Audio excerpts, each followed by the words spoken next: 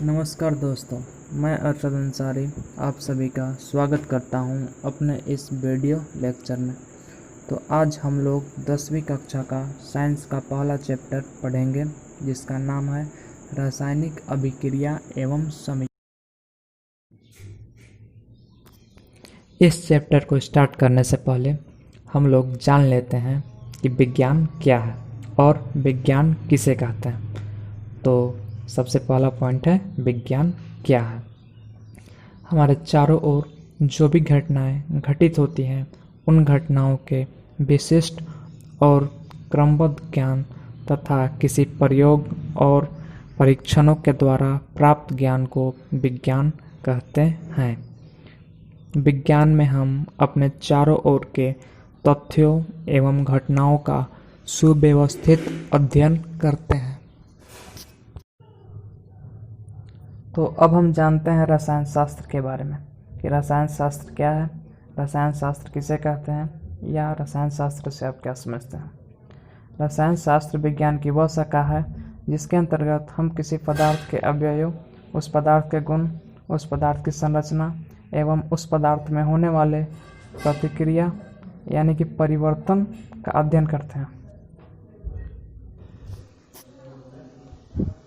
अगला पॉइंट है पदार्थ क्या है। वह वस्तु जिसका कुछ न कुछ द्रव्यमान हो और जो वह स्थान घेरता हो पदार्थ कहलाता है, जैसे वायु, जल, साबुन, विरंजक चूर्ण, ग्लूकोज एटीसी। रासायनिक दृष्टिकोण से पदार्थ को मुख्यतः 3 भागों में विभाजित किया गया है।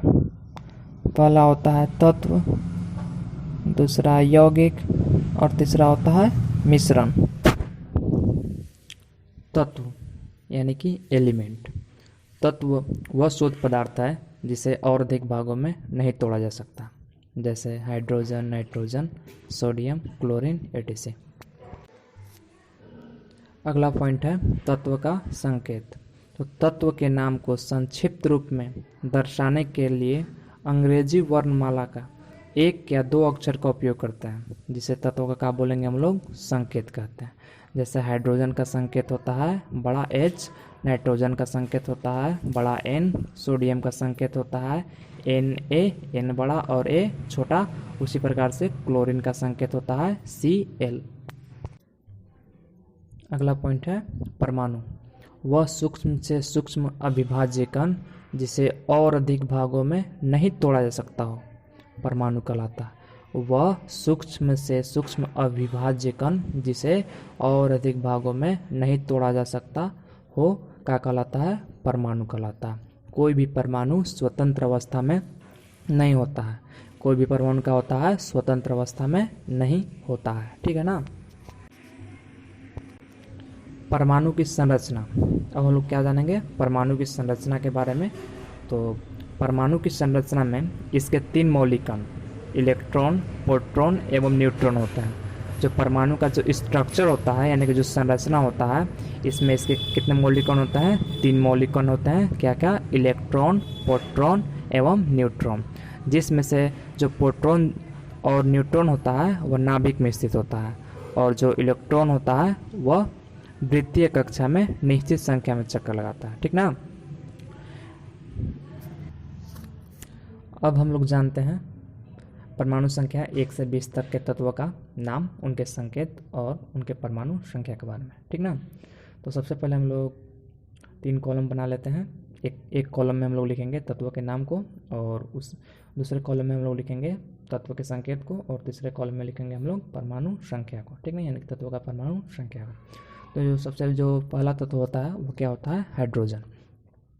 तो हाइड्रोजन का संकेत क्या होता है, H। जो H होता है क्या होता है, बड़ा होता है, यानी कि जो हाइड्रोजन का संकेत क्या होता है, H यानी कि बड़ा H। और हाइड्रोजन का परमाणु संख्या कितना होता है, 1 यानी कि 1। उसके बाद आता है हीलियम। हीलियम क्या, हीलियम। हीलियम का संकेत क्या होता है, He यानी कि H बड़ा और E छोटा। और इसका जो परमाणु संख्या होता है कितना होता है, 2 होता है। उसके बाद आगे आता है लिथियम। लिथियम का परमाणु संख्या कितना होता है, 3 होता है। और जो लिथियम का जो संकेत होता है वो क्या होता है, Le। फिर होता है बेरिलियम। फिर क्या होता है बेरिलियम। बेरिलियम का जो संकेत होता है वो होता है Be, यानी कि बी बड़ा और ई छोटा, और इसका जो परमाणु संख्या होता है वो होता है 4।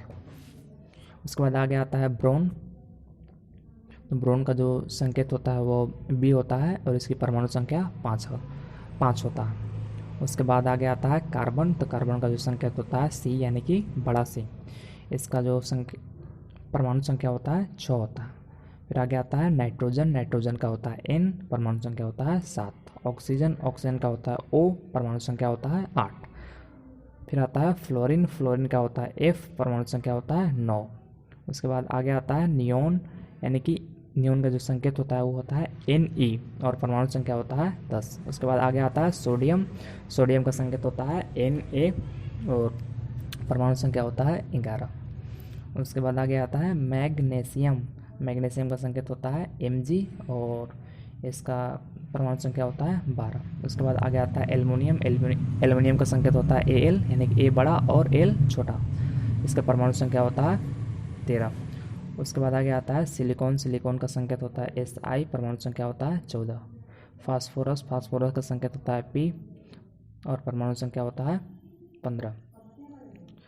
उसके बाद आगे आता है सल्फर। सल्फर का संकेत होता है S और परमाणु संख्या होता है 16। फिर आता है क्लोरीन। क्लोरीन का संकेत होता है Cl, परमाणु संख्या होता है 17। Argon Ar 18। पोटेशियम K और परमाणु संख्या 19। उसके बाद आगे आता है कैल्शियम। कैल्शियम का संकेत होता है Ca, परमाणु संख्या होता है 20। उसके बाद होता है स्केडियम, यानी कि Sc। स्केडियम का संकेत का होता है Sc और परमाणु संख्या होता है 21। उसके बाद आगे आता है टाइटेनियम। टाइटेनियम का संकेत होता है Ti और परमाणु संख्या होता है 22। उसके बाद आगे आता है बेंटियम। उसके बाद क्या आता है बैनेटियम। बैनेडियम संकेत क्या होता है B होता है और परमाणु संख्या होता है 23। उसके बाद आता है क्रोमियम। क्रोमियम का संकेत होता है Cr और परमाणु संख्या होता है 24। उसके बाद आगे आता है मैग्नीज। मैग्नीज का संकेत होता है Mn और परमाणु संख्या होता है 25।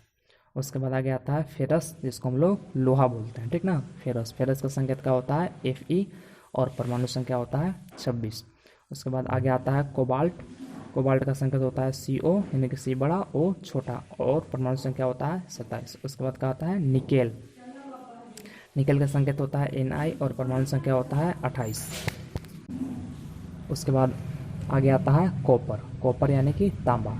कॉपर का संकेत होता है Cu और परमाणु संख्या होता है 29। उसके बाद आगे आता है जस्ता, यानी कि जिंक। जस्ता यानी कि जिंक। जिंक का संकेत होता है Zn और परमाणु संख्या होता है